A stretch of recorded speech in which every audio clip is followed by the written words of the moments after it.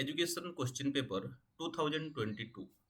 So the first question of this session, which philosophy of education consider psychology as an incomplete study and an inadequate basis of educational theory?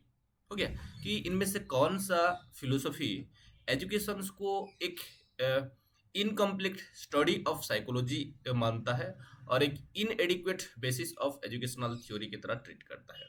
Option idealism, realism, naturalism, फ्रैग्मेटिज्म.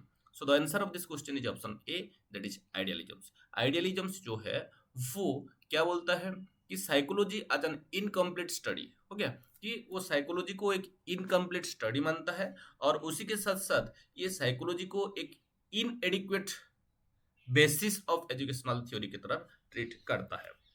अगर हम लोग आइडियलिज्म्स को देखें, ये जो idealism term ये idea से आया हुआ है और आइडियोलॉजी से आया हुआ है और आइडियलिज्म से आया हुआ है. ये तीनों टर्म से ही ये फिलोसफी का ओरिजिन है. हो गया. और अगर इसी का इटमोलॉजी को दिखे तो ये जो टर्म आइडिया, आइडियोलॉजी, आइडियलिज्म ये ग्रीक वर्ड का आइडियन से आया हुआ है, जिसका मतलब क्या है, टू प्रिजर्व समथिंग फिगरेटिवली, कि किसी भी चीज को फिगरेटिवली आइडियल्स की तरह जब हम लोग प्रिजर्व करते हैं वो उसको हम लोग क्या बोलते हैं कि आइडियंस हम लोग बोलते हैं. Okay. Idealisms is a combination of idea and isms. और एक तरह से हम लोग इसी का मीनिंग को देख सकते हैं कि ये जो terms idealisms it is made in combination of two term, one is idea and another one is ism, and the meaning of idea is idea and isms means एक आइडियोलॉजी. हो गया कि जब अगर हम आइडियलिज्म्स को देखिए, आइडिया और इजम से बना हुआ है, it is synonymous with the English term idealism. हो गया. और ये जो एक इंग्लिश टर्म है आइडियलिज्म उसी के साथ सिनोनिम करता है. अगर हम लोग आइडियलिज्म्स को देखिए तो ये आइडियलिज्म्स हो गया कि आइडियलिज्म से ही ये बना हुआ है. क्या? आइडियलिज्म से ही ये बना हुआ है. आइडियलिज्म्स में डेरिव है फ्रॉम आइडिया और आइडियल्स हाईलाइटिंग देयर इम्पोर्टेंस. हो गया कि ये आइडियलिज्म्स जो है ये आइडियाज और आइडियल्स से ही ये डेरिवाइव हुआ है, जहाँ की हम लोग की कोई भी आइडिया और आइडियल को हाईलाइट करते हैं और उसी का इम्पोर्टेंस को हाईलाइट करते हैं. नेक्स्ट अगर हम ये फिलोसफी को देखिए तो जो प्लाटो थे, प्लाटो का जो थ्योरी ऑफ आइडिया था वहां से इसी का ओरिजिन हमको देखने के लिए मिलता है. Idealism asset the ultimate supremacy of idea. और ये आइडियलिज्म्स को अगर हम देखें तो यहाँ जो अल्टीमेट सुप्रीमेसी जो रहता है वो है आइडिया का रहता है. कि आइडियलिज्म्स फिलोसफी में सबसे इम्पोर्टेंस जो है वो आइडिया को ही दिया जाता है. प्लाटो एक Greek philosopher is one of the most prominent western idealist. और अगर हम लोग प्लाटो को देखें, इनको फादर भी माना जाता है, फादर ऑफ आइडियलिज्म्स भी माना जाता है. और ये ग्रीक फिलोसोफर थे और जो कि पहले क्या किए थे कि आइडियलिज्म्स को ओरिजिनेट किए थे. अगर हम लोग इंडियन पर्सपेक्टिव से देखें, idealisms can be traced back to the Veda with Vedic seeds recognized as early idealist and further elaborations found in the Upanishad and Bhagavad Gita. Okay. अगर हम लोग इंडियन कंटेक्स्ट में इसी का ओरिजिनेट को देखिए तो ये हमको वेदा में दिखने के लिए मिलता है और उसके बाद जो हमारा उपनिषद आया था वहां दिखने के लिए मिलता है और उसके साथ साथ भागवत गीता में भी इसी का जिक्र हमको दिखने के लिए मिलता है. Idealism emphasizes the spiritual as the most significant aspect of human life, defining it आज a philosophy centred on spirituality. हो गया कि आइडियलिज्म्स जो है वो ज़्यादातर एम्फासाइज करता है जो स्पिरिचुअल थॉट है, स्पिरिचुअल एस्पेक्ट ऑफ लाइफ है, उसी के ऊपर थोड़ा ज़्यादा करके क्या करता है कि एम्फासाइज करता है. और ये बोलता है कि आइडियलिज्म्स क्या है कि एक फिलोसफी है जहाँ की वो स्पिरिचुअलिटी जो है वो एकदम सेंटर में रहता है. Idealisms often equated with spiritualisms prioritize the spiritual world, comparing ideas, feelings, and ideals. Natural and scientific aspects are considered secondary to spiritual one, with idealists rejecting the dominance of matter, mechanisms, and energy conservation. हो गया कि अगर हम लोग आइडियलिज्म्स को छोड़कर जो अलग फिलोसफी जो है उसी को अगर हम देखिए तो वहाँ हमको मैटर का, मैकेनिज्म का एनर्जी कंजर्वेशन का, हो गया। इस तरह का मेटेरियलिस्टिक एस्पेक्ट के ऊपर जो एम्फासिस है वो हमको देखने के लिए मिलता है। लेकिन अगर हम लोग आइडियलिज्म्स को देखें तो यहाँ प्योरली जो आइडिया, फीलिंग, आइडियल, इसी के ऊपर ही एम्फासाइज किया गया है।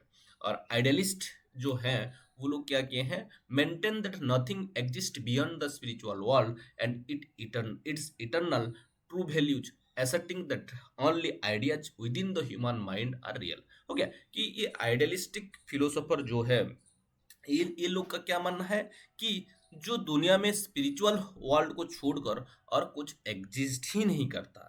हो गया, ये स्पिरिचुअल वर्ल्ड क्या है कि ये इटरनल है, ये ट्रू है। हो गया, और ये इसी के अंदर वैल्यूज है। हो गया, ऐसे ये फिलोसोफर बिलीव करते हैं। नेक्स्ट अगर हम देखिए, idealist places the mind above all else regarding its fundamental to understanding the world। हो गया कि ब्रूवाचर एक बहुत बड़ा फिलोसोफर थे।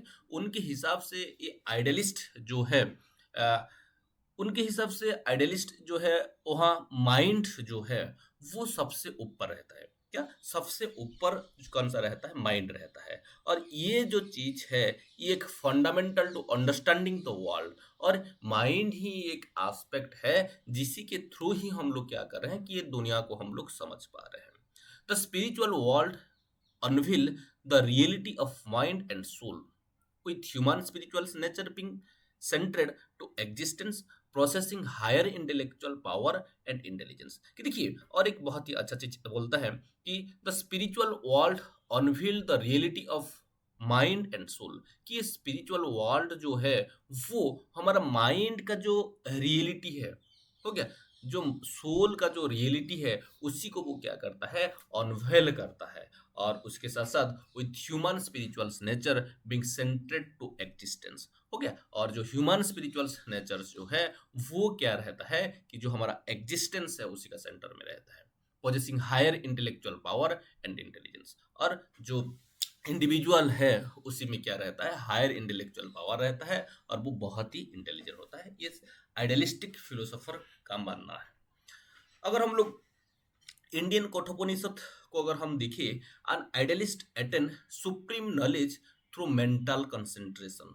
कठोपनिषद के हिसाब से जो एक आइडियलिस्ट सुप्रीम नॉलेज को वो एक्वायर करता है, कैसे कि जो मेंटल कंसंट्रेशन जो है, जब कंसंट्रेशन होता है तब क्या कर पाता है कि जो सुप्रीम नॉलेज है उसी को हम लोग अटेंड कर पाते हैं और एक आइडियलिस्ट अटेंड कर पाता है। Idealism exalt human personality with Ross stating human personality is of supreme value and constitute of the noblest work of God। देखिए कि ये आइडियलिज्म्स जो है वो ह्यूमन पर्सनालिटी के ऊपर ज्यादा करके फोकस करता है। और एक आइडियलिस्टिक फिलोसोफर जैसे कि रॉस वो बोले हैं, human personality is the supreme, is of supreme value and constitute the noblest work of the God, कि ह्यूमन पर्सनालिटी जो है ये सबसे सुप्रीम्स है और ये गॉड का, भगवान का ये एक नोबेल वर्क है। हो गया, ऐसा रॉस का मानना है।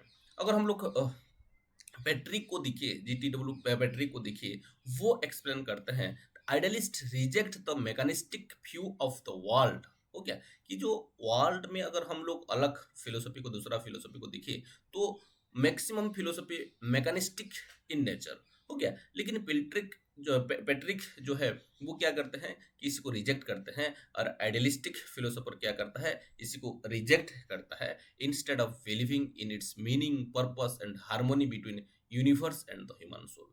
लेकिन आइडियलिज्म किसी के ऊपर बिलीव करता है जो ह्यूमन सोल और यूनिवर्स के अंदर जो एक तरह का रिलेशनशिप है, हो गया, जो एक मीनिंग, पर्पस, हार्मोनी, ये सब के बारे में ही क्या करता है कि यहाँ एक्सप्लेन किया जाता है। नेक्स्ट अगर हम देखिए, they argue the discipline such as psychology, logic, ethics and aesthetic are just as vital as psychic and chemistry in uncovering nature's secret, allowing humans intelligence to grasp its deeper essence। हो गया, यहाँ से बहुत बार question आ गया है और आने वाला है। In essence, idealism affirmed that ideas and human values are eternal, unchanging, and more significant than anything else। हो गया। अगर हम लोग एक ही लाइन में देखें तो आइडियलिस्टिक फिलोसोफर आइडियलिज्म्स जो है वो आइडियाज के ऊपर फोकस करता है, ह्यूमन वैल्यू के ऊपर फोकस करता है, और इनके हिसाब से ये आइडिया ह्यूमन वैल्यू जो है ये इटरनल है, ये अनचेंजिंग है, और मोर सिग्निफिकेंट देन एनीथिंग, और किसी भी चीज से ये बहुत ही ज्यादा इंपॉर्टेंट है और बहुत ही ज्यादा सिग्निफिकेंट है, ये आइडियलिस्टिक फिलोसोफर का मानना हुआ है। हो गया। और आइडियलिज्म जो है वो किसी के ऊपर प्रायोरिटाइज करता है, prioritising the spiritual over the material. हो गया कि मटेरियल्स के ऊपर स्पिरिचुअलिटी के ऊपर ये क्या करता है, ज्यादा प्रायोरिटी देता है। Idealism whether rooted in Plato's idea or Vedic transition place the mind of human personality at the highest level of existence, presenting a philosophical outlook that values the eternal over the transition। हो गया कि देखो ये idealism जो है वो Plato का point of view से हम दिखे, हो गया, प्लाटो का जो थ्योरी ऑफ आइडिया है उसी का पॉइंट ऑफ व्यू से दिखे, या हमारा जो इंडियंस वैदिक ट्रेडिशन जो है उसी का पॉइंट ऑफ व्यू से दिखे। अगर हम किसी भी पॉइंट ऑफ व्यू से देख रहे हैं फिर भी हमको क्या मिलेगा, जो माइंड है, ह्यूमन पर्सनैलिटी है, ये सबसे ऊपर रहेगा, और ये हाईएस्ट लेवल ऑफ एग्जिस्टेंस की तरह हमको आइडियलिज्म में दिखने के लिए मिलेगा। अगर हम लोग मेन प्रिंसिपल को देखें आइडियलिज्म का, जो सबसे पहला आता है, God is the source of all creation. हो गया, ये लोग भगवान को मानते हैं। हो गया, और इनके हिसाब से, ये फिलोसोफर का हिसाब से, जो सारे के सारे जो क्रिएशन है इसी का सोर्स कौन सा है, God. God is the source of all knowledge, और उसके साथ साथ नॉलेज, जितना भी नॉलेज है वो सारे के सारे नॉलेज का सोर्स कौन सा है, God. Spirit and mind constitute reality, और उसके साथ साथ ये स्पिरिट और जो माइंड है वो क्या करता है कि जो रियलिटी है उसी को कॉन्स्टिट्यूट करता है। Material and physical universe is not a complete expression, और मटेरियल और फिजिकल यूनिवर्स को अगर हम देखिए तो ये कोई भी कंप्लीट एक्सप्रेशंस नहीं है, ये इनकम्प्लीट ही रहता है अगर फिजिकल्स यूनिवर्स और मटेरियल्स यूनिवर्स को अगर हम देखें। हो गया, जब तक इसमें स्पिरिचुअलिटी नहीं आता है तब तक ये कंप्लीट नहीं होता है और कंप्लीट एक्सप्रेशन इसको नहीं माना जाता है। हो गया, the universe of idea and value that is spiritual universe is superior to material and physical universe. हो गया कि जो ये universe of idea, universe of value, जिसी को कि हम लोग स्पिरिचुअल यूनिवर्स बोल रहे हैं, वो मटेरियल्स यूनिवर्स और फिजिकल यूनिवर्स से बहुत ही अलग है और सुपीरियर माना जाता है। Spiritual aspect is more important than the material aspect, और स्पिरिचुअल एस्पेक्ट को मटेरियल एस्पेक्ट से बहुत ही इम्पोर्टेंट माना जाता है, और वैल्यू जो है, वैल्यू को एब्सोल्यूट, इटर्नल और अनचेंजिंग माना जाता है आइडियलिज्म में। और उसके साथ साथ what is ultimate real is not the object itself but the idea, ideal और आइडिया बिहाइंड इट। हो गया कि देखिए कि आइडियलिज्म का ये मानना है कि जो अल्टीमेट रियलिटी है वो कोई ऑब्जेक्ट इटसेल्फ नहीं है, उसका पीछे जो आइडिया और आइडियल है वो एक्चुअल में उसी का रियलिटी। अगर हम लोग एक एग्जांपल लिए कि एक डस्टर को अगर हम दिख रहे हैं तो वही कोई पर्टिकुलर जो ऑब्जेक्ट, डस्टर मटेरियल जो है वो उसका रियलिटी नहीं है। वो तो 1 साल, 2 साल, 5 साल के बाद खराब हो जा सकता है, या 10 साल के बाद जब हम लोग यूज करेंगे उसको खराब हो जाएगा, लेकिन उसका पीछे जो आइडिया है वो आइडिया रियल है, वो कभी भी नहीं हो सकता, इरेज नहीं हो सकता, खराब नहीं हो सकता। हो गया, वो 10 साल, 5 साल, मतलब कितना भी दिन चला जाए, लेकिन उसका जो पीछे जो आइडिया है वो आइडिया कभी चेंज नहीं हो सकता। तो इसीलिए ये आइडियलिज्म, आइडियलिस्टिक फिलोसोफर का मानना क्या है कि जो आइडिया रियल है, ना कि उसका ऑब्जेक्ट रियल है। अगर हम लोग नेक्स्ट दिखे, man being spiritual as a supreme creation, और ये जो स्पिरिचुअल मैन जो है वो एक तरह का सुप्रीम क्रिएशन है। Man need some encouragement and light in the face of darkness. हो गया कि ये ह्यूमन जो है इसको कुछ एनकरेजमेंट चाहिए, कुछ लाइट चाहिए, ताकि वो डार्कनेस से वो मुक्त हो सके। They are intrinsic moral and spiritual value, और ये सारे के सारे जो है ये क्या होता है कि इंट्रिंसिक रहता है, मोरल्स रहता है, और स्पिरिचुअल्स वैल्यू के ऊपर रहता है। Reality is to be found in man's mind rather than in materials nature. Idealism का मानना ये है कि ये रियलिटी जो है वो ह्यूमंस का माइंड में हमको दिखने के लिए मिलता है, ना कि कोई मटेरियल्स नेचर, मटेरियल्स एस्पेक्ट से दिखने के लिए मिलता है। Study of man's mind and its nature is more important than the study of a material universe. कि जो ह्यूमन का जो माइंड है, उसका जो नेचर है, वो माइंड का जो नेचर है, उसको स्टडी करना बहुत ही इम्पोर्टेंट, ना कि कोई मटेरियल्स यूनिवर्स को स्टडी करना important. Okay, man has a superior nature and it is expressed in the form of intellectual culture, morality and religion। ये क्वेश्चन आता है यहाँ से। ओके, कि जो मैन जो है ये सुपीरियर्स इन नेचर रहता है, और it is expressed in the form of, और इसी को हम लोग कैसे एक्सप्रेस करते हैं, इंटेलेक्चुअल कल्चर, मोरालिटी, रिलीजियन, उसी के थ्रू हम लोग एक्सप्रेस करते हैं। अगर हम लोग अलग अलग तरह का जो फॉर्म ऑफ आइडियलिज्म, यहाँ से बहुत बार क्वेश्चन आता है, मेजर ऑफ द कॉलम, और ऐसे ही क्वेश्चन चला आता है, तो इसको ध्यान से सुनना चाहिए कि अलग अलग तरह का हमको आइडियलिज्म मिलता है। जो सबसे पहला आता है वह है सब्जेक्टिव आइडियलिज्म, जिसको हम लोग पर्सनलिस्टिक आइडियलिज्म भी बोलते हैं। ओके, पर्सनलिस्टिक आइडियलिज्म भी बोलते हैं, जिसको कि जिसका नाम एक्चुअल में क्या है, सब्जेक्टिव आइडियलिज्म। और इसका जो फादर है वो है बर्कली, और इसका जो एक्सपोनेंट, चीफ एक्सपोनेंट है वो है वर्कली। और ये जो आइडियलिज्म्स है, इसी के हिसाब से क्या है, जो माइंड है ये सिर्फ एग्जिस्ट करता है, only the mind exist, attribute and qualities are mental and subjective. Okay, mind को छोड़कर जो एट्रीब्यूट्स है, क्वालिटीज जो है, वो सारे के सारे मेंटल और सब्जेक्टिव है। सिर्फ और सिर्फ माइंड जो है वो क्या है कि वो एग्जिस्ट करता है। और ये ऑब्जेक्ट जो है वो कैसे डिफाइन करते हैं, are defined personally based on individual perception, focusing solely on attributes. हो गया कि इसी को हम लोग पर्सनली क्या करते हैं, डिफाइन करते हैं, इंडिविजुअल का परसेप्शन के हिसाब से इसी को हम लोग डील करते हैं, और हम लोग डिफाइन करते हैं, और ये सोली एट्रीब्यूट्स के ऊपर फोकस करता है। हो गया, कोई भी चीज है, एक चीज रहता है, और उसी के ऊपर जो लोगों का जो परसेप्शन है वो इंडिविजुअल टू इंडिविजुअल वेरी करता है। हो गया, लेकिन अगर हम लोग माइंड को देखें तो वो माइंड क्या रहता है, एकदम रियल रहता है, और वहाँ वो सारे के सारे एट्रीब्यूट्स और क्वालिटीज जो है, जिसी को देखकर हम लोग परसीव करते हैं, वो स्टोर रहता है। एब्सोल्यूट आइडियलिज्म, जिसको कि हम लोग फिच और हेगेल को उसका चीफ एक्सपोनेंट मानते हैं। यहाँ द सोल और self is the absolute reality. कि ये एब्सोल्यूट आइडियलिज्म का मानना क्या है कि सोल जो है, सेल्फ जो है, वही एब्सोल्यूट रियलिटी। जो फिजिकल इवेंट जो जिसको कि हम लोग ये एब्सोल्यूट लॉज को गवर्न कर रहे हैं, वो क्या नहीं है कि वो एब्सोल्यूट नहीं है। Progress result from thesis, antithesis and synthesis, continuing until absolute truth is reached. हो गया, और ये प्रोग्रेस तब तक चलता है जब तक जो थेसिस, एंटीथेसिस और सिंथेसिस चलता रहता है, जब तक हम लोग कोई एब्सोल्यूट ट्रूथ तक नहीं पहुंच जाते। हो गया, ये एब्सोल्यूट आइडियलिज्म का मानना था। नेक्स्ट है ऑब्जेक्टिव आइडियलिज्म, जिसका ओरिजिनेटर और फादर प्लाटो को माना जाता है, और इसी के हिसाब से reality of the spirit exist independently of perception. कि देखिए, ये रियलिटी जो है स्पिरिट का, हो गया, वो क्या करता है, इंडिपेंडेंटली एग्जिस्ट करता है हमारा परसेप्शन में। जैसे कि God's reality persist regardless of feelings.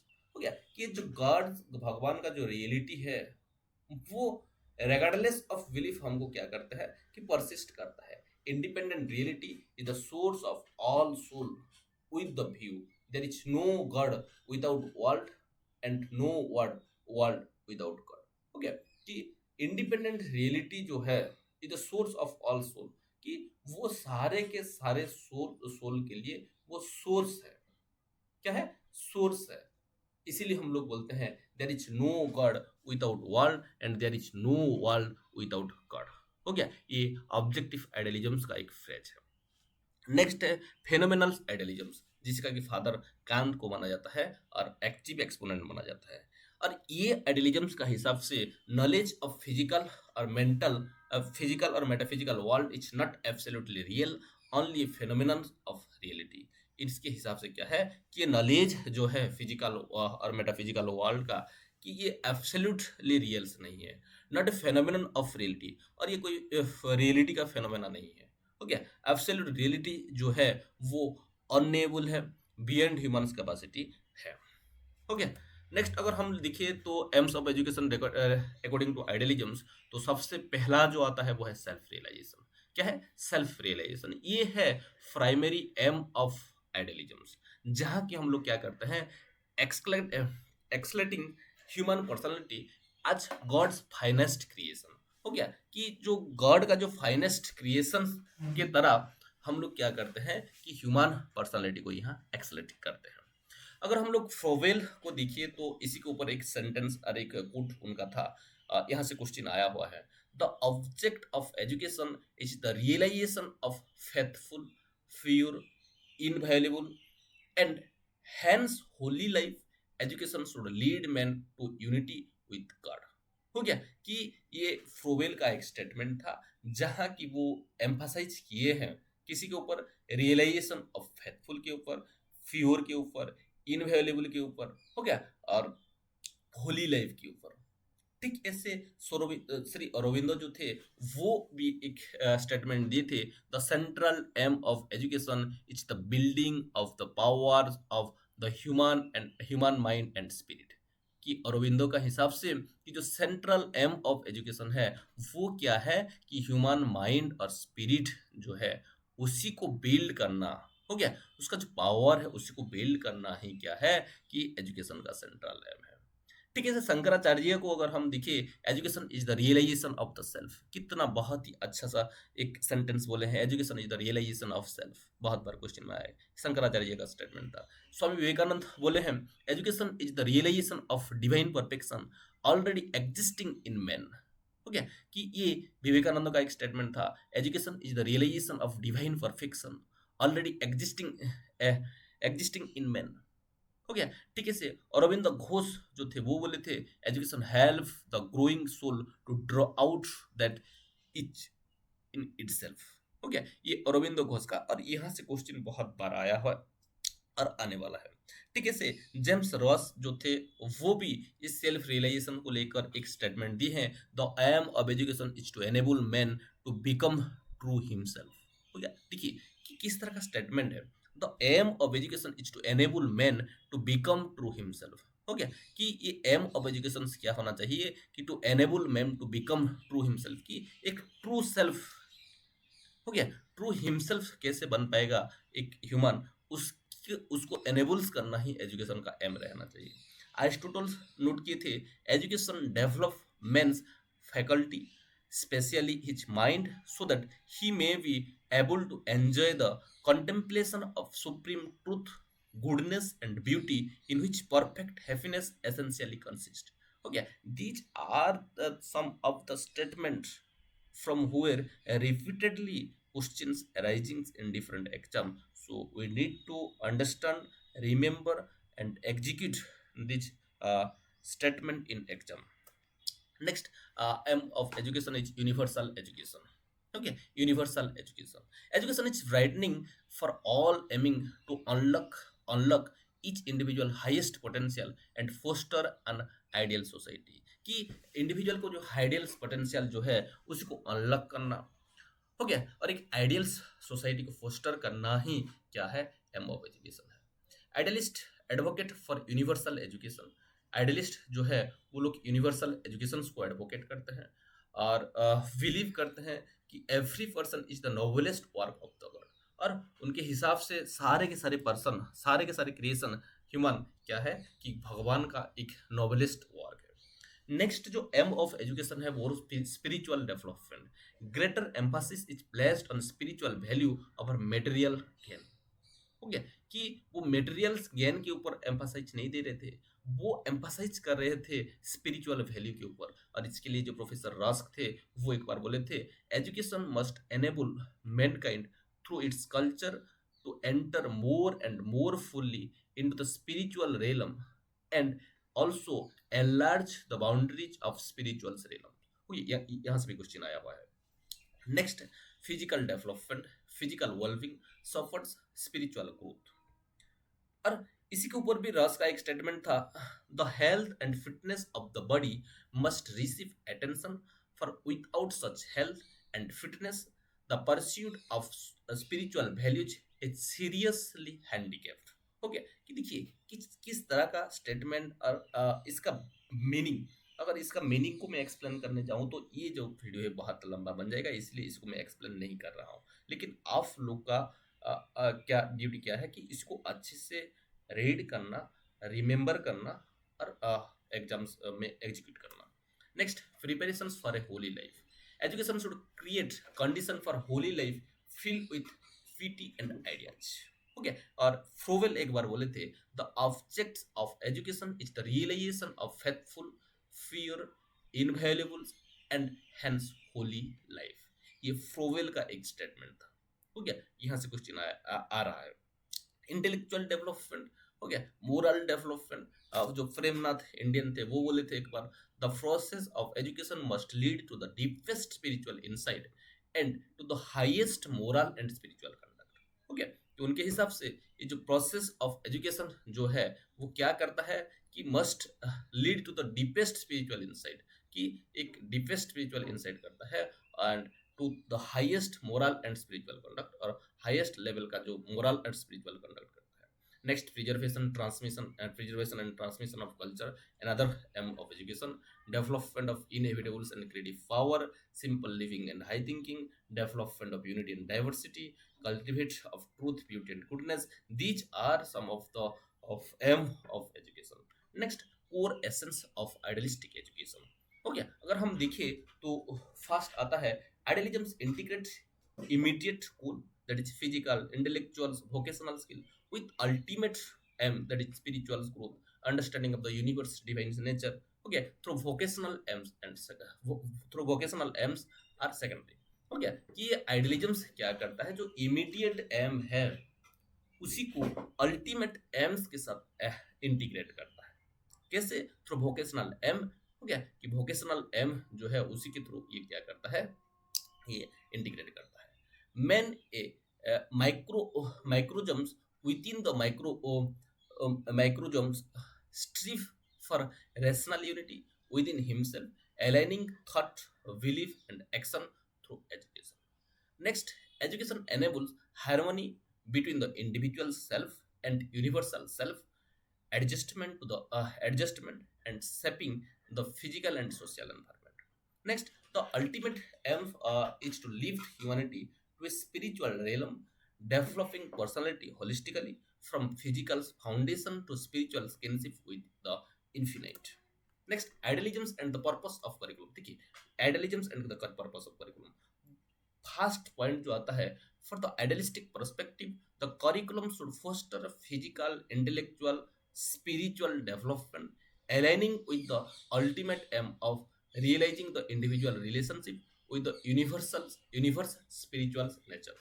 हो गया कि देखिए, आइडियलिस्टिक पर्सपेक्टिव से अगर हम देखें तो ये करिकुलम्स जो है वो क्या फोस्टर करना चाहिए, फिजिकल, इंटेलेक्चुअल और स्पिरिचुअल डेवलपमेंट को फोस्टर करना चाहिए। और ये जो हमारा अल्टीमेट एम है इंडिविजुअल का, हो गया, यूनिवर्स के साथ उसका रिलेशनशिप जो है उसी को भी रिलेट करना चाहिए।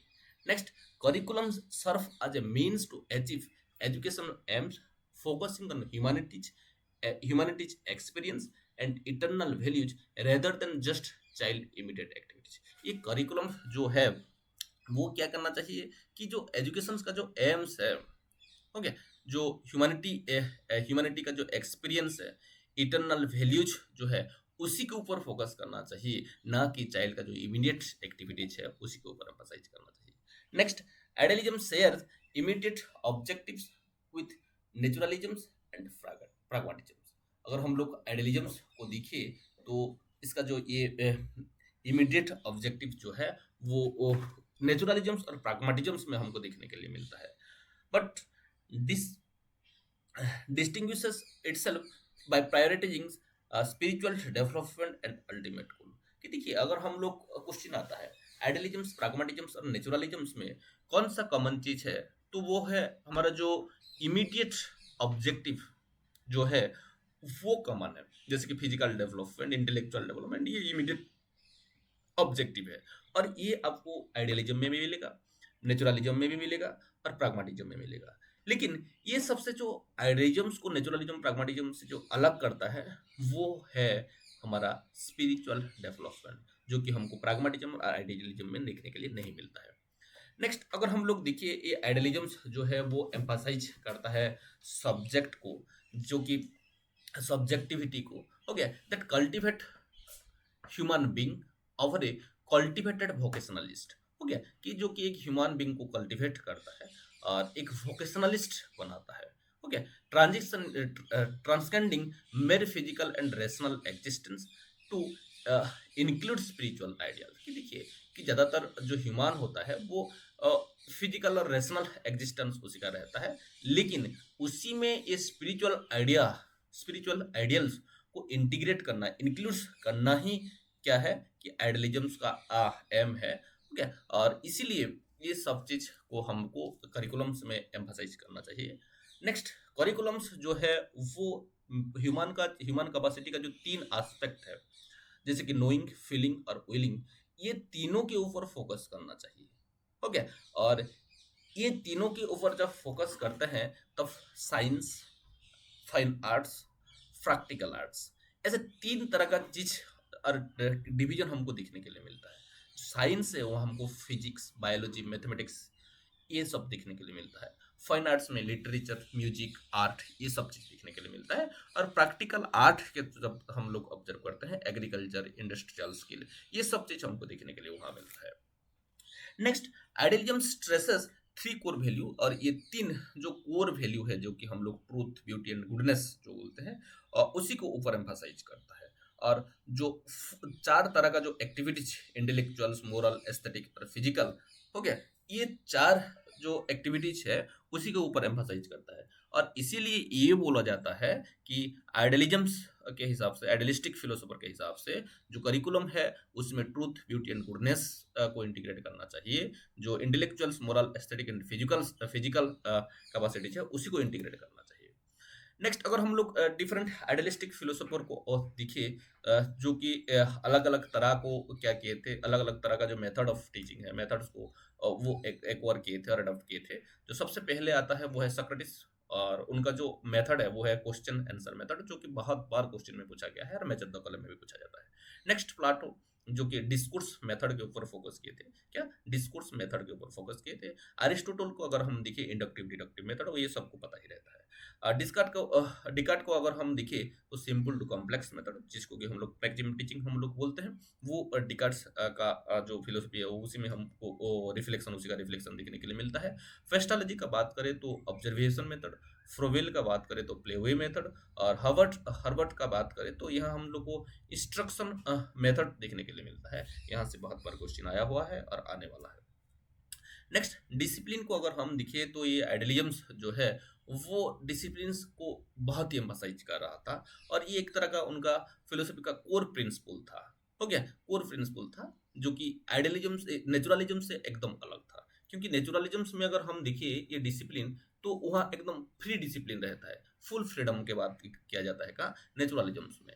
लेकिन आइडियलिज्म्स का बात करें तो यहाँ एकदम उल्टा नेचुरलिज्म से दिखने के लिए मिलता है। स्ट्रिक्ट फिलोसफी, स्ट्रिक्ट डिसिप्लिन जो है वो हम लोग को आइडियलिस्टिक फिलोसफी में रिफ्लेक्ट होता है। Disciplining both the mind and body of the child is a fundamental focus for idealistic, aiming to guide the child towards self-realization. Okay, ये डिसिप्लिन जो है वो बॉडी और माइंड को हम लोग जब डिसिप्लिन कर रहे हैं तब क्या होता है कि ये एक तरह का फंडामेंटली फोकस करता है, जो ये फंडामेंटली आइडियलिस्टिक फिलोसफी फोकस करता है, क्योंकि ये जो सेल्फ रियलाइजेशन है एक चाइल्ड का, उसी को वो एक्सेलरेट कर सके। Next, the teacher plays a crucial role in providing guidance, serving as a pivotal influence in the children's development of self.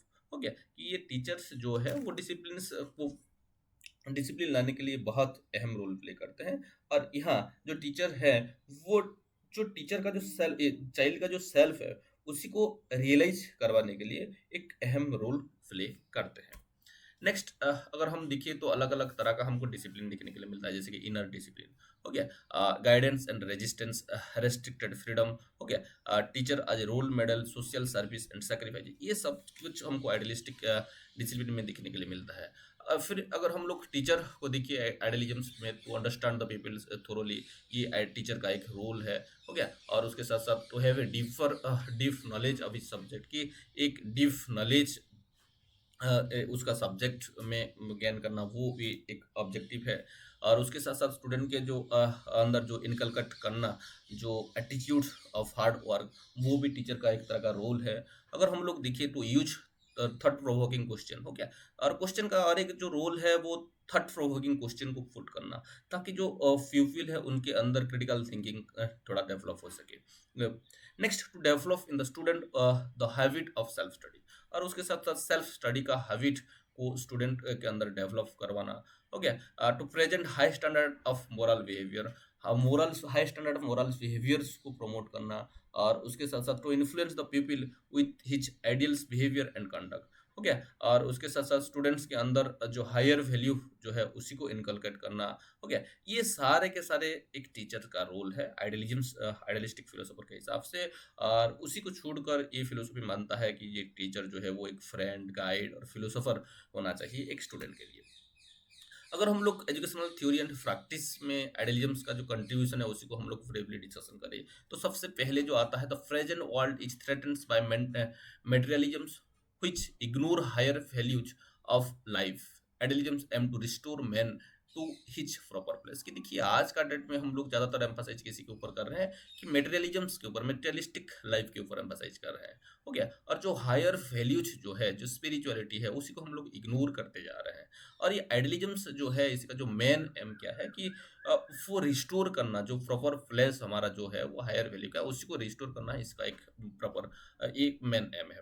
Next, idealism hold that the fast culture must be given it flash in any scheme of educational reconstruction. और उसके साथ साथ जो past culture जो है वो आज का मॉडर्न एजुकेशन सिस्टम में उसको एक प्लेस प्रोवाइड करना, ये एजुकेशनल रिकंस्ट्रक्शन सिस्टम में। और उसके साथ साथ the present machine and electronic age threat the human being as a machine. और उसके साथ साथ आज का डेट में ये जो मशीन और इलेक्ट्रॉनिक एज में जो थ्रेट कर रहा है ह्यूमन बींग को मशीन, आइडियलिज्म क्या करता है कि warm against this type of approach, ये हमको वार्न करता है, वार्म अगेंस्ट, कि इसका अगेंस्ट में वार्न करता है। Idealism assign an important place to the teacher in the educative process, और इसके हिसाब से टीचर जो है वो एक बहुत ही सुप्रीम प्लेस एक्वायर करता है एजुकेशन सिस्टम में। Idealism insist that for the realisation of the self every human being must receive a chance to educated हो गया। ये सब कुछ क्या है कि ये एजुकेशनल थ्योरी एंड प्रैक्टिस के ऊपर आइडियलिज्म का contributions. Okay, next question, the aim of education according to existentialist is objective knowledge, adaptation to practical life, a good understanding of the world outside, humanitarian and humanistic self-realization. So the answer of this question is option D, that is humanitarian and humanist self realisation हो गया। Self realisation का जब बात आता है तब हम हमारे माइंड में दो फिलोसफी आना चाहिए, एक आइडियलिज्म, दूसरा वाला एक्जिस्टेंशियलिज्म हो गया। और ये एक्जिस्टेंशियलिज्म जो है वो सेल्फ ह्यूमनिस्टिक सेल्फ रियलाइजेशन के साथ साथ ह्यूमैनिटेरियंस के ऊपर भी ये एम्फसाइज करता है। अगर हम लोग एग्जिस्टेंशियलिज्म का बात करें तो ये जो फिलोसफी है ये हमको सेकेंड वर्ल्ड वॉर के बाद हमको देखने के लिए मिला था। और उस टाइम जो ट्रेडिशनल वेस्टर्न फिलोसफी था उसी का अगेंस्ट में ये एक तरह का रिवोल्यूशन लेकर आया था। और इसी का जो प्रायोरिटी था वो किसी के ऊपर था, सुप्रीमेसी ऑफ इंडिविजुअल एग्जिस्टेंस और collective entities like nation and world. उस टाइम में वो नेशन, स्टेट, वर्ल्ड, इसी का एक कॉन्सेप्ट जो है वो ग्रो कर रहा था। लेकिन ये आइडियलिज्म क्या बोला कि नेशंस, वर्ल्ड, ये सब तो सही है, लेकिन उसी से पहले किसी के ऊपर ये एम्फसाइज किया था, जो इंडिविजुअल एग्जिस्टेंस जो है उसी के ऊपर एम्फसाइज किया था हो गया। नेक्स्ट, ये जो फिलोसफी है ये हर वक्त अपोज करता था notion of intelligence and nature, emphasizing the individuality of man as paramount and closely tied to the personal life हो गया। ये अपोज करता था notion of intelligence and nature, कि ये इंटेलिजेंस और नेचर जो है उसी को ये अपोज करता था और एम्फसाइज करता था कि इंडिविजुअलिटी के ऊपर हो गया, इंडिविजुअलिटी के ऊपर। और ये बोलता था कि जो हमारा पर्सनल लाइफ जो है वो पैरामाउंट है हो गया। और आइडियली एग्जिस्टेंशियलिस्ट फिलोसोफर के हिसाब से एग्जिस्टेंस जो है वो क्या करता है कि ट्रांसकेंड करता है, हमारा जो लिविंग है, मेयर लिविंग है, उसको ट्रांसकेंड करता है। It एंटेल्स A complete strong self conscious responsible and progressive life हो गया। ये एग्जिस्टेंस जो है ये complete strong self conscious responsible progressive life के ऊपर क्या करता है कि एम्फासाइज करता है। ये जो सेल्फ रियलाइजेशंस का बात किया है, ये फिलोसफी, ये क्या है, require opportunities for individual to explore their inner life and achieve self knowledge. कि ये एग्जिस्टेंशियलिज्म के हिसाब से कि जो इंडिविजुअल है उसी के अंदर जो इनर पोटेंशियलिटीज है उसी को एक्सप्लोर करना ही क्या है, सेल्फ रियलाइजेशन है। और उसके साथ साथ जो सेल्फ नॉलेज है उसी को अचीव करना ही सेल्फ रियलाइजेशन है। और ये फिलोसफी का मानना है कि without self realisation true knowledge remain elusive. हो गया कि अगर हम लोग को सेल्फ रियलाइजेशन नहीं हो रहा है, नहीं मिल रहा है, तो हम लोग जो ट्रू नॉलेज है उसी को कभी हम लोग कैन कर नहीं पाएंगे, वो इल्यूसिव होकर रह जाएगा। It's frees the inner life from anxiety and focuses it as the centre of concentration. क्योंकि ये सेल्फ रियलाइजेशन जो है वो है क्या, कि वो कंसंट्रेशन का सेंटर में रहता है। ओके, और self realisation is central to existentialism, requiring opportunities for individual to explore their inner life and achieve self knowledge, जो कि हम लोग डिस्कशन कर चुके हैं। Without self realisation true knowledge, हाँ, इसको भी हम लोग डिस्कशन कर चुके हैं। Next, existentialism values individual interest and discretion, asserting that real life experience demands freedom which modern mechanical and industrial life has eroded। हो गया, ये एग्जिस्टेंशियलिज्म जो है, एग्जिस्टेंशियलिज्म वैल्यू जो है वो क्या करता है, इंडिविजुअल इंटरेस्ट के ऊपर एम्फसाइज करता है, डिस्क्रिएशन के ऊपर एम्फसाइज करता है। हो गया, और उसके साथ साथ एसर्टिंग दैट रियल लाइफ एक्सपीरियंस के ऊपर एम्फसाइज करता है, फ्रीडम्स के ऊपर ऑफ एम्फसाइज करता है। हो गया, और ये जो मॉडर्न मैकेनिकल और इंडस्ट्रियल लाइफ है इसको ये इरोड करता है। This loss of freedoms deprive individuals of life realities and personal responsibility. और ये जो फ्रीडम्स का जो लॉस है ये क्या करता है कि जो इंडिविजुअल्स का जो लाइफ का जो रियलिटीज है, पर्सनल रेस्पॉन्सिबिलिटी है, उसी को डिप्राइव करवाता है।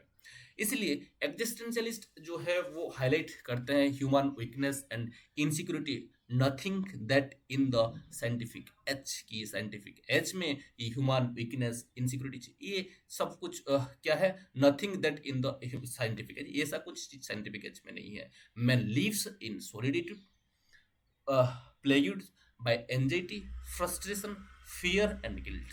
हो गया, अगर आज का डेट में अगर हम दिख रहे हैं तो ऐसे ही हमारा जिंदगी चल रहा है। They warn that ongoing superstition of individuality would lead to its permanent loss, advocating freedoms from worries and negative emotion to preserve it। हो गया, और ये फिलोसफी वार्न करता है कि आज का डेट में जो चल रहा है, suppression of individuality could lead its permanent loss, कि जो हम लोग इंडिविजुअलिटी को जो सफरेस कर रहे हैं ये हमको एक परमानेंट लॉस दे जा सकता है। Prominent follower include Soren Kierkegaard, Karl Jasper, Martin Heidegger. हो गया, ये क्या किए हैं कि ये जो फिलोसफी है एग्जिस्टेंशियलिज्म, इसी को सेफ्टी है, जो सोरेन कियरकेगार्ड है इसको इनका इसी का फिलोसफी का फादर माना जाता है। अगर हम लोग एग्जिस्टेंशियलिज्म और एजुकेशन को देखिए तो यहाँ कुछ की एस्पेक्ट दिखने के लिए मिलता है। जो सबसे पहले आता है वो है सब्जेक्टिव और ऑब्जेक्टिव नॉलेज। कि देखिए, ये एग्जिस्टेंशियलिस्ट फिलोसफी जो है वो सब्जेक्टिव नॉलेज के ऊपर ज्यादा एम्फासाइज करता था, ना कि ऑब्जेक्टिव नॉलेज के ऊपर एम्फासाइज करता था।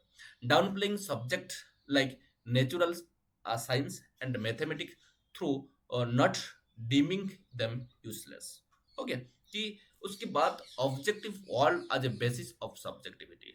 और ये फिलोसफी के हिसाब से ये ऑब्जेक्टिव वर्ल्ड जो है वो सब्जेक्टिविटी का एक बेसिस है।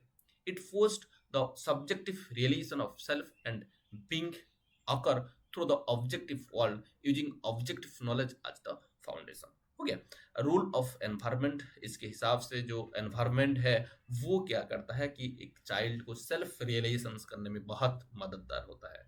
इसीलिए जो करिकुलम्स जो है वो सारे के सारे क्या होना चाहिए, include subject that lead to perfection and holistic development.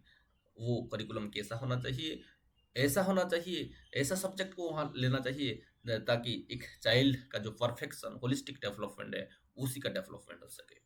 Next focus क्या है सब्जेक्टिविटी के ऊपर। एजुकेशन जो है वो क्या करना चाहिए, ये सब्जेक्टिविटी को फोस्टर करना चाहिए, making man conscious of each individuality. हो गया कि एक ह्यूमन को उसका जो इंडिविजुअलिटी है उसी को कॉन्शियस, उसके बारे में उसको कॉन्शियस करना चाहिए, और सब्जेक्टिविटी को एनहांस करना चाहिए, and self enabling recognition and understanding of each being. और उसके साथ साथ जो सेल्फ एनेबलिंग रिकॉग्निशन जो है उसी के ऊपर एम्फसाइज करना चाहिए, और जो बीइंग ऑफ बीइंग जो है हो गया उसको वो अंडरस्टैंड करना चाहिए। इंडिविजुअलिटी और ऑब्जेक्टिविटी और एग्जिस्टेंशियलिज्म जो है वो सेल्फ एग्जिस्टेंस बेस्ड एक्शंस और सेल्फ सेल्फ के ऊपर ही एम्फसाइज किया था, ना कि ऑब्जेक्ट के ऊपर एम्फसाइज किया था। Next opposition of modern influence, ये मॉडर्न इन्फ्लुएंस जो है उसी को अपोज ये करता है। Next the process by which children develop habit skill values and motives that make them responsible productive member of society is called socialization, mainstreaming, inclusions, differentiation। तो obviously इसका जो आंसर है वो सोशलाइजेशन। सोशलाइजेशन क्या है, एक प्रोसेस है जिसी के थ्रू की एक चाइल्ड क्या कर रहा है कि उसका जो हैबिट स्किल वैल्यूज हो गया, मोटिवेशन हो गया, ये क्या कर रहा है उसको डेवलप कर रहा है, और उसी के साथ साथ that make them responsible productive member of society, और सोसाइटी का एक रेस्पॉन्सिबल प्रोडक्टिव मेंबर बन जा रहा है। ये प्रोसेस को ही हम लोग क्या बोल रहे हैं, सोशलाइजेशन बोल रहे हैं। Next the best adjustment of liberty and equality can be achieved in A regime of liberalisms, socialisms, idealisms, democratic socialism। So the answer of this question is option D, that is democratic socialism। कि देखिए कि the best adjustment of liberty, जब हम लोग liberty और equality का बात करते हैं हो गया तब हमारा दिमाग में आना चाहिए डेमोक्रेटिक हो गया, डेमोक्रेटिक सोशलिज्म हमारा दिमाग में आना चाहिए, क्योंकि यहाँ लिबर्टी मिलता है और इक्वालिटी भी हम लोग को देखने के लिए मिलता है। Next the preamble of the constitution of India mention different types of liberty for the people of India, which types of liberty out of which have a direct bearing on practitioner in the field of education। हो गया कि देखिए कि हमारा Indian constitution का जो प्रियम्बुल है उसी को अगर हम देखिए तो वहाँ बहुत सारे तरह का लिबर्टी के बारे में बात किया गया है, लेकिन उनमें से कौन सा लिबर्टी जो हमारा एजुकेशन है, एजुकेशन फील्ड को डील कर रहा है। Option liberty of belief and faith, liberty of thought and expression, liberty of faith and worship, liberty of expression and belief। So the answer of this question is option B, that is liberty of thought and expression जो है ये हमारा education को deal कर रहा है। Which the author of the book Pedagogy of Oppressed, option Karl Marx, Erich Fromm, Lenin, Paul Feyre। So the answer of this question is option D, that is Paul Feyre। देखिए Paul फ्योरे एक interesting character है, हो गया, ये एक Brazilian educator थे, एक philosopher थे, हो गया, और ये एक थ्योरी दिए थे वो है क्रिटिकल थ्योरी, जो कि बहुत ही फेमस हुआ है। क्या हुआ है, बहुत ही फेमस हुआ है। अगर हम लोग फ्योरे को देखें तो ये Freire developed his ideas amidst oppressive social political condition in Brazil. कि देखिए जब ब्राजील में सोशल पॉलिटिकल कंडीशन अच्छा नहीं था, बहुत ही ऑप्रेसिव था, उस टाइम ये फिलोसफी उनका देखने के लिए मिला था, particularly during his work with illiterate peasant of 1960 aiming to empower the marginalized through education। और इनका जो फिलोसफी था वो ज़्यादातर जो इलिटरेट पीजांट थे उनके लिए था 1960 की तरफ ब्राजील में, और उसी के साथ साथ जो मार्जिनलाइज लोग थे जिनको कि एजुकेशन नहीं मिल पा रहा था, उनको कैसे अच्छे से एजुकेशन मिल सके, उसको एम्पावर कैसे किया जा सके, उसी के ऊपर ही इनका फिलोसफी पे किया था।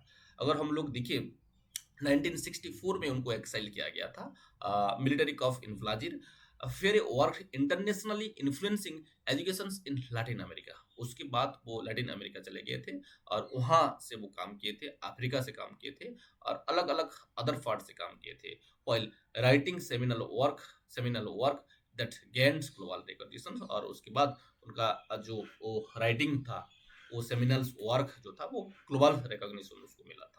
और अगर उनका जो की वर्क अगर है उनको देखिए तो सबसे पहले आता है एजुकेशन आज द प्रैक्टिस ऑफ फ्रीडम्स। बहुत बार क्वेश्चन में पूछा गया है एजुकेशन आज द प्रैक्टिस ऑफ फ्रीडम्स 1967 में इसको लिखा गया था। पेडागोगी ऑफ ऑप्रेस्ड, ये तो एक यूनिवर्सल बुक है जिसका जिक्र ज्यादा करके क्वेश्चन में होता है, लेकिन टेक्निकली एजुकेशन आज द प्रैक्टिस ऑफ फ्रीडम्स ये बहुत बार आता है। Education for critical consciousness, pedagogy of freedom, okay, ये सारे के सारे बुक वो लिखे थे और वो बहुत पॉपुलर भी हुआ था ये बुक।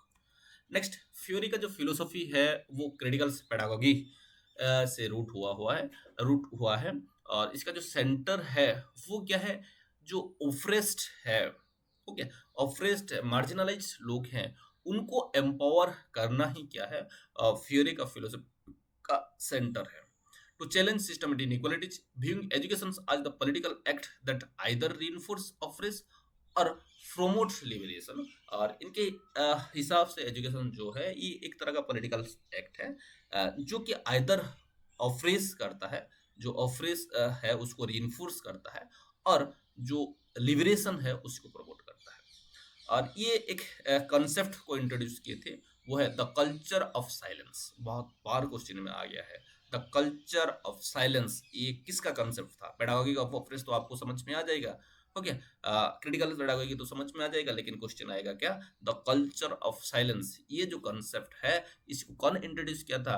तो इसको इंट्रोड्यूस किए थे पॉल फ्यूरी 1972 में। और ये जो कॉन्सेप्ट है ये how the oppressed are marginalized and silenced by dominating system unable to express their voice and agency, हो गया। इसी को एक्सप्रेस करने के लिए ही वो टर्म यूज किए थे, कॉन्सेप्ट यूज किए थे, द कल्चर ऑफ साइलेंस। क्योंकि उस टाइम जो अफ्रेस्ड और मार्जिनलाइज्ड लोग थे उनको कैसे साइलेंस किया गया था, हो गया, उस टाइम का जो सोसाइटी और वो लोग कैसे साइलेंस रहते थे, उसी के लिए, उसी को एम्फसाइज करने के लिए, उसी को विजुअलाइज करने के लिए, उसी को डिस्क्राइब करने के लिए द कल्चर ऑफ साइलेंस जो एक कंसेप्ट है उसी को पॉल फ्यूरी लेकर आए थे 1972 में। फ्यूरी का जो मान बिलीव किए थे, education should humanise individual, enabling them to becomes active subject who transforms their world rather than passive object controlled by oppressive structure। कि ये फ्यूरी का मानना क्या था कि एजुकेशन जो है वो इंडिविजुअल्स को ह्यूमनाइज करना चाहिए और एनेबल्स करना चाहिए क्या, them to becomes active subject, कि एक एक्टिव सब्जेक्ट होने के लिए उनको एनेबल्स करना चाहिए, हु ट्रांसफॉर्म्स देयर वर्ल्ड, जो कि उनका जो वर्ल्ड है उसको ट्रांसफर कर सके, ना कि जो पैसिव ऑब्जेक्टिव बनाना है जो कि ऑफ्रेस कर सके। और उनका मानना था the future is not something hidden in A corner, कि ये फ्यूचर जो है वो कोई कॉर्नर में हिडन नहीं है, the future is something we build in the present.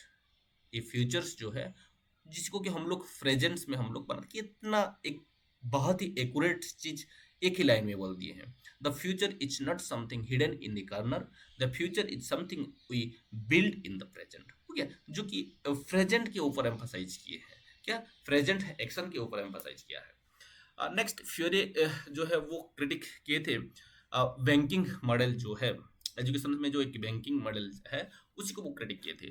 For teachers deposit knowledge into passive student, treating them as empty receptacles, a method he see as reinforcing operation, हो गया। कि देखिए कि उनका मानना था कि ये बैंकिंग मॉडल को वो क्यों किए थे, बैंकिंग मॉडल का तो क्रिटिसाइज किए थे क्योंकि उनका मानना था कि टीचर यहाँ क्या कर रहा है, पासिवली क्या कर रहा है कि वो नॉलेज को डिपॉजिट कर रहा है पासिव स्टूडेंट के लिए।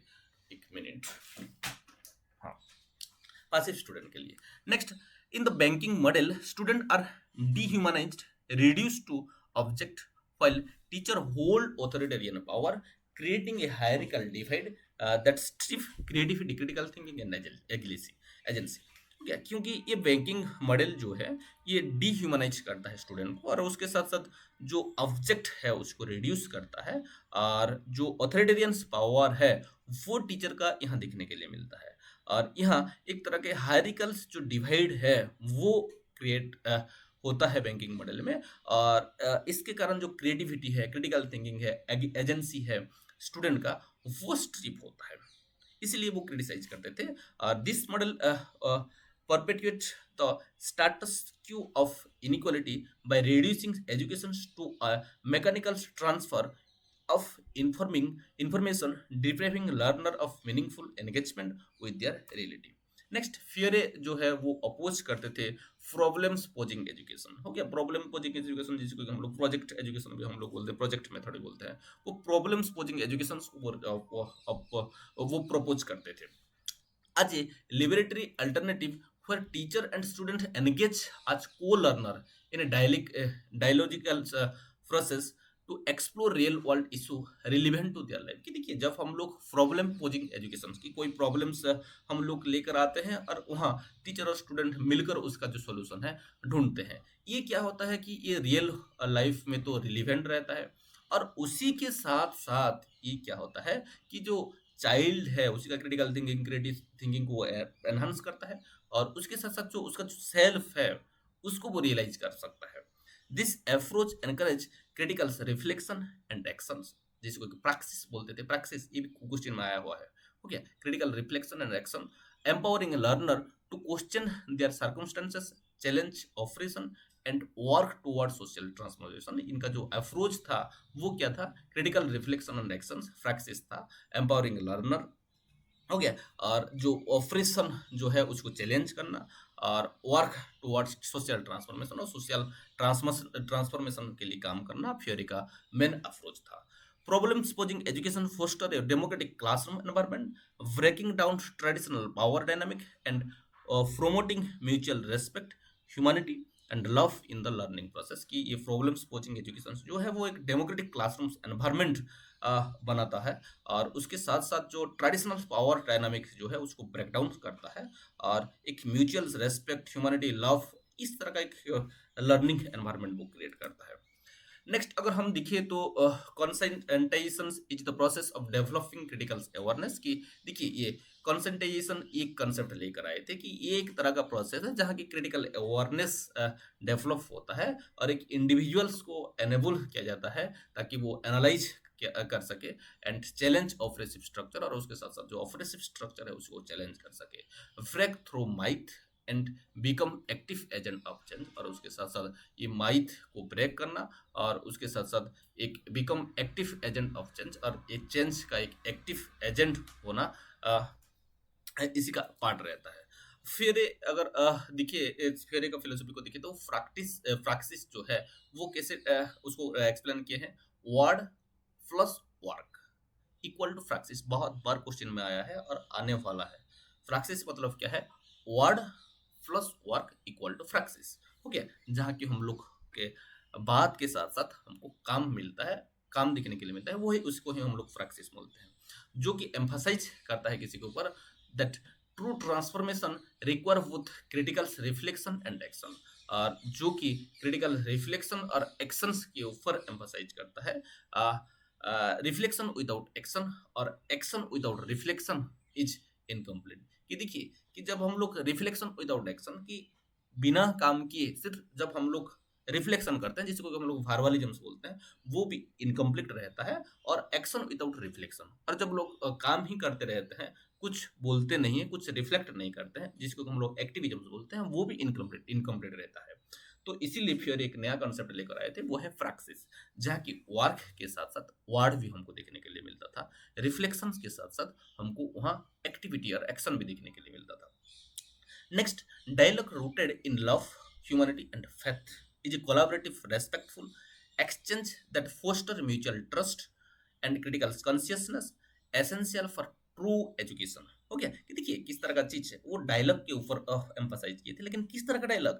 ऐसा डायलॉग जो कि लव, ह्यूमैनिटी और फेथ के ऊपर रूटेड होगा, जो कि कोलाबोरेटिव, रेस्पेक्टफुल एक्सचेंज को प्रमोट कर रहा होगा, जो कि म्यूचुअल ट्रस्ट, क्रिटिकल कॉन्शियसनेस को फोस्टर कर रहा होगा।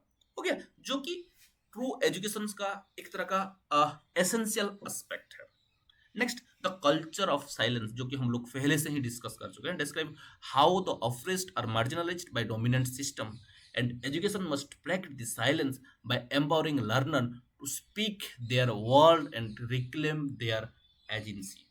कि देखिए द कल्चर ऑफ साइलेंस ये फ्योरे लेकर आए थे। यहाँ क्या हुआ था कि ऑफ्रेस जो मार्जिनलाइज्ड लोग जो है उनको कैसे डोमिनेंट सिस्टम, जो डोमिनेंट सिस्टम है वो कैसे ऑप्रेस करके रखा है, और ये एजुकेशन जो है ये साइलेंस को ब्रेक करना चाहिए, और जो स्पीक देयर वर्ल्ड, कि जो उनका वर्ल्ड के लिए उनको कुछ बोलना चाहिए, हो गया, और उनका जो एजेंसी है उसको रिक्लेम करना चाहिए। और उसके साथ साथ फियरे जो थे वो बिलीव करते थे men's ontological vocation is to act often and transform the world, moving toward a fuller, richer life both individually and collectively। और फियरे बिलीव करते थे कि ये जो ह्यूमन जो है उसका जो ontological वोकेशन, क्या ontological वोकेशन, जो रियल वोकेशन जो है उसी के ऊपर वो बिलीव करते थे, और उसका जो रियल टैलेंट है, रियल स्किल जो है उसके ऊपर वो एम्फसाइज करते थे। To act offer the transform the world, moving toward a fuller richer life both individual and collectively. और उसके बाद एक इंडिविजुअल और कलेक्टिव रिचर लाइफ हमको देखने के लिए मिलेगा। और उसके साथ साथ वो बोलते थे every human regardless of ignorance और ऑपरेशन कैन क्रिटिकली एनगेज, कि सारे के सारे ह्यूमन रेगार्डलेस ऑफ इग्नोरेंस और ऑपरेशन क्या कर सकता है, can critically engage with the world through dialogue, कि एक क्रिटिकली क्या कर सकता है कि एनगेज कर सकता है डायलॉग के through. With proper tool, individual can perceive personal and social reality, identify contradictions, and critically address them, becoming conscious of their own perception of reality. Next, Freire critique the relationship between oppressor and oppressed, कि ये जो ऑफरेसर and ऑफरेस्ट का जो relationship है उसी को fear criticise कर रहे थे। Nothing that oppressor deny freedom while the oppressed risk perpetuating injustice if they conform to oppressive system। Okay, ये फियरे का क्रिटिसिज्म था ऑफरेसर और ऑफरेस्ट को लेकर, और वो रिजेक्ट करते थे बैंकिंग मॉडल, जो कि हम लोग पहले से डिस्कशन कर चुके हैं। Through this pedagogy the oppressed unveil the world of oppression and commit to its transformation, caging to belonging to a permanent state of operation and becoming agent of liberation। Next element of Freirean theory का देखिए, जो कि देखिए एक बार बोला जाता है कि थ्योरी का जो थ्योरी है उसको प्रोग्रेसिव एजुकेशन बोला जाता है, इसी से भी प्रोग्रेसिव एजुकेशन बोला जाता है। और इसका जो मेन एलिमेंट है वो क्या है, पहला तो है अनवेलिंग अपॉर्चुनिटी फॉर होप। ये देखिए कि जो एडल्ट एजुकेटर जो है वो एक तरह के जो होप है उसको फोस्टर करना चाहिए, रेगार्डलेस ऑफ ऑब्स्टैकल, जितना भी ऑब्स्टैकल आए उनको उनका जो होप है उसको फोस्टर करना चाहिए, इंस्पायर करना चाहिए लर्नर को, ताकि to envisions and work toward a better future, ताकि उनका जो फ्यूचर बेटर फ्यूचर्स के लिए वो काम कर सके। Next, political directive nature of education, हो गया।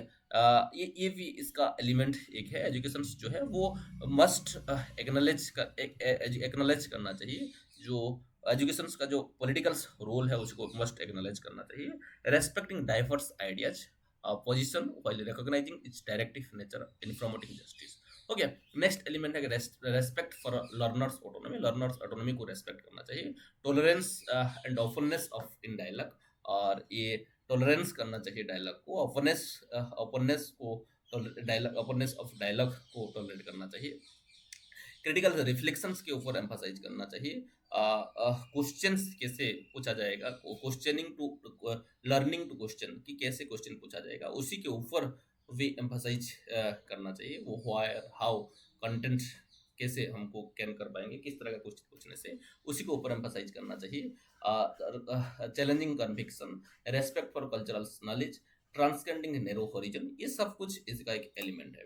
फ्यूरे का जो फोकस है वो एडल्ट एजुकेशन के भी ऊपर था, और उनका बहुत सारे काम भी उसी के ऊपर था। फ्यूरे प्राइमरीली टारगेट किए थे एडल्ट एजुकेशन के ऊपर, क्योंकि जो ऑफरेस्ट जो थे, मार्जिनलाइज थे, वहाँ आप लोग टारगेट नहीं कर सकते वो छोटे बच्चे को, क्योंकि उनके अंदर कुछ नहीं होता है, जो एडल्ट होते थे उसी के ऊपर, इसीलिए ये एम्फसाइज किए थे, particularly literacy programmes for illiterate pigeon in Brazil. Okay, तो पहले से हम लोग डिस्कस कर चुके हैं कि ये ब्राजील में जो ओप्रेस्ड पीजान थे, मार्जिनलाइज्ड लोग थे, उसके लिए ही इनका फिलोसफी डेवलप हुआ था। तो वहाँ जो इलिटरेट पीजान थे, इलिटरेट एडल्ट थे, उनके लिए ये एजुकेशन को लेकर आए थे। और अगर हम लोग उनका जो लिटरेसी प्रोग्राम जनरेटिव वर्ड हो गया, ये भी बहुत बार क्वेश्चन में आया है जेनरेटिव वर्ड, ये क्या है, उनका लिटरेसी प्रोग्राम है जो कि ब्राजील में चल रहा था, जिसका मतलब क्या है, to learners life, okay, to teach regarding reading while sparking discussion on social issue linking literacy and critical awareness, ये इसका मीनिंग है। नेक्स्ट अगर हम देखिए इसका एग्जांपल ये है, in Brazil Freire programmes touch 300 adult to read in just 45 day. देखिए ब्राजील में फ्योरी एक प्रोग्राम स्टार्ट किए थे, ये जो जनरेटिव वर्ड, ये 300 लोगों को जस्ट 45 डेज में एजुकेट रीडिंग एबिलिटी जो है वो डेवलप कर किया था। while also rising their political consciousness to resist exploitation, demonstration, transformative power of education, ये भी हमको देखने के लिए मिला था। Role of teacher and student को अगर हम देखिए ये फेरियंस और प्रोग्रेसिव एजुकेशन के में, तो टीचर जो है वो अथॉरिटेरियन फिगर नहीं है, ना कि वो एक फैसिलिटेटर है, वो अथॉरिटेरियन फिगर नहीं है, वो एक फैसिलिटेटर है, और वो स्टूडेंट के साथ साथ खुद भी लर्न करते हैं और एक पार्टनर की तरह वो काम करते हैं डायलॉग में, और उसके साथ साथ हॉरिजॉन्टल रिलेशनशिप में, ओके, और जो ट्रेडिशनल हायरार्की जो है उसको बैकग्राउंड करते हैं। स्टूडेंट्स जो है वो क्या है, एक्टिव पार्टिसिपेंट है, जो कि जिनको कि एनकरेज किया जाता है क्वेश्चंस पूछने के लिए, रिफ्लेक्ट करने के लिए, एक्ट करने के लिए, हो गया, कोई भी रेस्पॉन्सिबिलिटी लेने के लिए, हो गया। नेक्स्ट अगर हम देखिए this approach respect their life experiences of learner, कि ये जो अप्रोच है वो क्या करता है, रेस्पेक्ट करता है उनका जो लाइफ एक्सपीरियंस जो है लर्नर का, उसी को एम्फासाइज करता है, और पर्टिकुलरली एडल्ट के ऊपर एम्फासाइज किया जाता है, using their knowledge as a foundation for further learning and empowerment. Next अगर हम देखिए करिकुलम और मेथड को, तो फियरी जो है वो एडवोकेट ये करते थे किसी के ऊपर एक curriculum rooted in the life experience of learner, की एक तरह का ऐसा करिकुलम जहाँ की सिर्फ एक्सपीरियंस ऑफ लर्नर जो है उसी को एम्फासाइज किया गया होगा। जो जनरेटिव थीम है उसी को ऊपर फोकस के ऊपर वो एम्फासाइज करते थे, और इसीलिए वो इशू करते थे relevant to their social and cultural political realities, उनका जो सोशल पॉलिटिकल रियलिटीज है उसी के ऊपर एम्फासाइज कर रहे थे, और उसके साथ साथ उनका जो पर्सनल एक्सपीरियंस है उसी को क्या कर रहे थे, कनेक्ट कर रहे थे, उनका जो ब्रॉडर सोशल चैलेंजेस है उसी को साथ उसको कनेक्ट करते थे। नेक्स्ट अगर टीचिंग मेथड को अगर हम देखिए, तो ये क्या होना चाहिए, ये डायलॉग के थ्रू होना चाहिए, प्रॉब्लम पोजिंग होना चाहिए, और क्रिटिकल रिफ्लेक्शंस होना चाहिए, ना कि मेमोराइजेशन और पास लर्निंग होना चाहिए, इसी के ऊपर एम्फासाइज किए थे। और ये एजुकेशन जो है, read the world and the world, क्या, read the world and the world, okay, ये ऐसा होना चाहिए, read the world and the world होना चाहिए, ताकि जो लर्नर है वो समझ सके उनका जो रियलिटी को, और उसके साथ साथ critically while acquiring literacy and other skill, कि जब उनको लिटरेसी मतलब पढ़ना लिखा सीख सके, और उसके साथ साथ जो रियलिटी है उसी को वो लोग समझ सके। Next, which is the greatest disadvantages of project method? Option, it consumes much of the time of the child. Teachers generally do not like to teach through it. Children are generally not interested in it. It leaves gap in the knowledge of the child. So the answer of this question is option D, that is it leaves uh, gap in the knowledge of the child. Okay, ये जो है ये क्या करता है कि जो child का जो नॉलेज है उसमें एक तरह का गैप वो छोड़ देता है, क्योंकि वो यहाँ खुद लर्न करता है। अगर हम लोग प्रोजेक्ट मेथड को देखें, इसका जो फादर है उनको क्लिपिट्रा को माना जाता है, और वो बोले एक statement, project is wholehearted purposeful activity, ऐसे करके एक स्टेटमेंट दिए हुए है, शायद इसमें उसका बारे में जिक्र है, छोड़ो। एक प्रोजेक्ट मेथड जो है ये एक मॉडर्न टीचिंग अप्रोच है, जहाँ की स्टूडेंट एक्टिवली एंगेज रहता है, और वो whole hearted in whole hearted activity carried out to completion. So क्या कि एक होल हार्टेड एक्टिविटी रहता है, उसको कंप्लीट करने के लिए वो क्या करता है कि एक्टिवली एंगेज रहता है, और जो एम्फासाइज है वो थ्योरी के ऊपर, प्रैक्टिकल के ऊपर ज़्यादा एम्फासाइज करता है, और रियल लाइफ एक्सपीरियंसेस उसको यहाँ गेन करता हुआ मिलता है। नेक्स्ट, ये जो है ये इन्वॉल्व रहता है स्टूडेंट का presenting concrete result of information rather than about concept of principle, making the learning an active and purposeful process। कि देखिए कि यहाँ जो स्टूडेंट है उसको एक कंक्रीट रिजल्ट दिखने के लिए मिलता है, और मिलता है, ना कि यहाँ कोई principles making learning in active and purposeful, इस तरह का कुछ नहीं है, कंक्रीट इन्फॉर्मेशन यहाँ एक स्टूडेंट को मिलता है। Next, a project is defined as a problem based, goal oriented and planned activity. ये प्रोजेक्ट यहाँ जो है वो एक तरह का प्रॉब्लम बेस्ड है, गोल ओरिएंटेड है और प्लान्ड एक्टिविटी है। ओके, जिसको कि एक नेचुरल रियल लाइफ सेटिंग्स में कंडक्ट किया जाता है, ताकि जो उस प्रॉब्लम जो है उसी को सॉल्व किया जा सके। नेक्स्ट, अगर हम इसका कैरेक्टरिस्टिक को देखिए तो प्रॉब्लम बेस्ड रहता है, गोल ओरिएंटेड रहता है, स्टूडेंट सेंटर्ड रहता है, एक्टिव लर्निंग के ऊपर एम्फसाइज करता है, रियल लाइफ एप्लीकेशन रहता है, कोलैबोरेटिव हमको कोलैबोरेशन यहाँ देखने के लिए मिलता है। नेक्स्ट, प्रिंसिपल ऑफ पर्पस, इसका कुछ प्रिंसिपल है, प्रिंसिपल ऑफ पर्पस की ये जो लर्निंग है वो क्या होना चाहिए, क्लियरली पर्पस ओरिएंटेड होना चाहिए।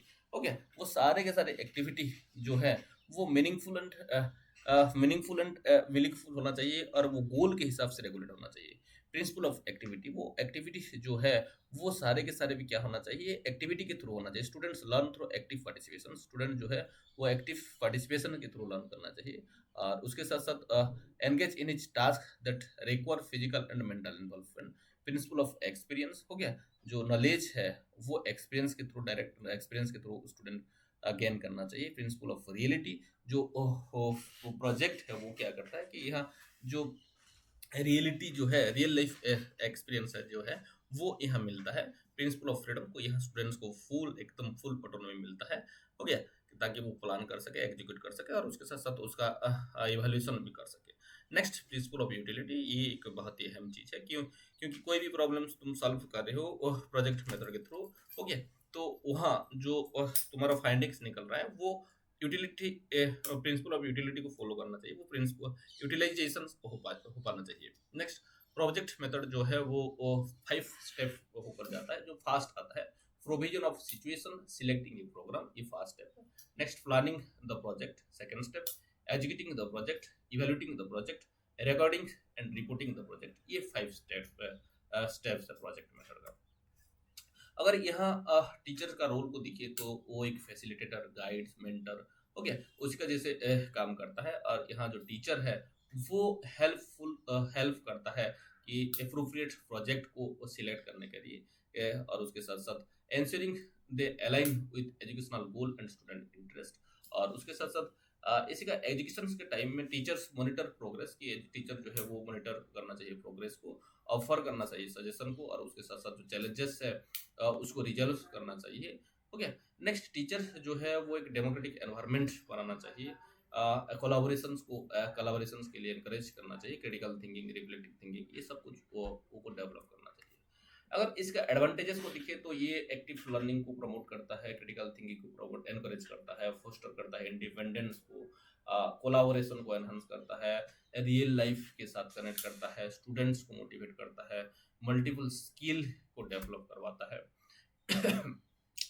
डिसएडवांटेजेस का बात करें तो टाइम कंज्यूमिंग है, रिसोर्स इंटेंसिव है, अनइवन पार्टिसिपेशन है, हो गया, असेसमेंट में यहाँ बहुत दिक्कत आता है, टीचर का जो एक्सपर्टाइज है वो यहाँ अहम रोल प्ले करता है, जो कि हमको बहुत बार लेक दिखने के लिए मिलता है। रिस्क ऑफ सुपरफिशियल लर्निंग, हो गया। Next, Islamic tradition in education lays stress on inclusion of which of the value, equality and equity, freedoms and discipline, humanity and nobility, quality and excellence. So the answer of this question is option C, that is humanity and nobility. अगर हम लोग Islamic education को देखिए, Islamic education में जो values है वो कौन सा वैल्यूज को इनकलकेट किया गया है, वो है ह्यूमैनिटी एंड नोबिलिटी। देखिए, अगर हम लोग ह्यूमैनिटी हिस्ट्री को देखिए इस्लामिक एजुकेशन का, तो ये इंडिया में 17th सेंचुरी में देखने के लिए मिला था, और ये अरब ट्रेडर्स जो है वो लेकर इंडिया को आए थे। Okay, with the first mosque जो है, फास्ट मॉस्क वो बनाए थे कहाँ, चेरामन्स जुमा मस्जिद, हो गया, जो कि 629 सीई में बनाया गया था केरला में, जब during the lifetime of prophet Muhammad, जब प्रोफेट मोहम्मद थे तो उस टाइम ये बनाया गया था। नेक्स्ट, अगर हम लोग देखिए तो establishment of Muslim rule starting with Muhammad bin Qasim, जो मोहम्मद बिन कासिम जिसको हम लोग बोल रहे हैं, इसका नाम पर अभी तो बहुत चर्चा हो रहा है। तो ये जब सिंध को कनकर कर लिए थे 711 सीई में, उस टाइम क्या हुआ था कि फॉर्मली जो इस्लामिक एजुकेशन है वो इंडिया में देखने के लिए मिलता है, और वो क्या क्या था, फ्लोरिश किया था बहुत सारे तरह का जो डायनास्टिक, पर्टिकुलरली जो दिल्ली सुल्तान है और मुगल्स एम्पायर जो है वहाँ हमको ये चीज देखने के लिए मिला था और इस्लामी एजुकेशन का इंट्रोडक्शन देखने के लिए मिला था। नेक्स्ट, जब हम लोग बात करते हैं मेडिवल पीरियड्स का, ये इस्लामिक एजुकेशन जो है वो जो मकतब और जो मदरसा हो गया वहाँ से ज़्यादातर प्रोवाइड किया जा रहा था। जो मकतब जो जिसको कि प्राइमरी स्कूल बोला जाता था, प्राइमरी स्कूल आज का डेट में हम लोग बोल सकते हैं क्योंकि वहाँ प्राइमरी एजुकेशन प्रोवाइड किया जा रहा था। मदरसा जो था वहाँ सेकेंडरी एजुकेशन प्रोवाइड किया जा रहा था, हो गया, और हायर एजुकेशन प्रोवाइड किया जा रहा था, हो गया। और ये सारे के सारे ये मकतब मदरसा जो है वो ज़्यादातर मस्क के जो है वो उसी के साथ ये अटैच होकर एस्टेब्लिश होता था। और ये इस्लामिक कल्चर और रिलीजियंस जो है उसी को स्प्रेड करना इसको मेन मोटो था। और इसका जो प्रोमिनेंट इस्लामिक स्कॉलर जैसे कि शाह वलीउल्लाह जो कि 18th सेंचुरी में थे, हो गया, वो एक प्रोमिनेंट फिगर थे, प्रोमिनेंट रोल प्ले किए थे वो इस्लामिक एजुकेशन को फोस्टर करने के लिए। और वो एस्टेब्लिश किए थे मदरसा, और उसके साथ साथ जो कुरान है वो फर्सियन से ट्रांसलेट किए थे, और उसके साथ साथ जो एम्फासाइज किए थे इच इज्तिहाद, जिसको इंडिपेंडेंट रीजनिंग से जो है हो गया, उसी को भी वो क्या किए थे, एम्फासाइज किए थे। नेक्स्ट, देवबंद मूवमेंट ये एक चला था 1866 की तरफ, ये बहुत सारे बुक में आपको देखने के लिए मिल जाएगा। और इसी का जो एम है वो इस्लामिक एजुकेशन जो है उसी को प्रिजर्व करना है, इसी का एम था। क्योंकि उस टाइम जो ब्रिटिश कॉलोनियल रिफॉर्म था वो एकदम ऑफ्रेस करता जा रहा था, और उसके साथ साथ producing influential scholar and spreading Madrasa across India. और उसके बाद ये देवबंद मूवमेंट के बाद अक्रॉस द कंट्री बहुत सारे मॉस्क बनाया गया था। Third, it's initially excluded English education, हो गया। नेक्स्ट, अलीगढ़ मूवमेंट चला था जिसको कि सर सैयद अहमद खान उसको लीड कर रहे थे। और ये जो मूवमेंट था ये मुस्लिम्स एजुकेशन को मॉडर्नाइज करने के लिए ये मूवमेंट चला था। और जो इस्लामिक टीचिंग्स है वो वेस्टर्न साइंस के साथ कैसे इंटीग्रेट किया जा सकेगा उसी के ऊपर ये एम्फसाइज करता था। और उसके बाद अलीगढ़ मुस्लिम यूनिवर्सिटी जो है उसको एस्टेब्लिश किया गया था टू एम्पावर मुस्लिम पोस्ट 1857।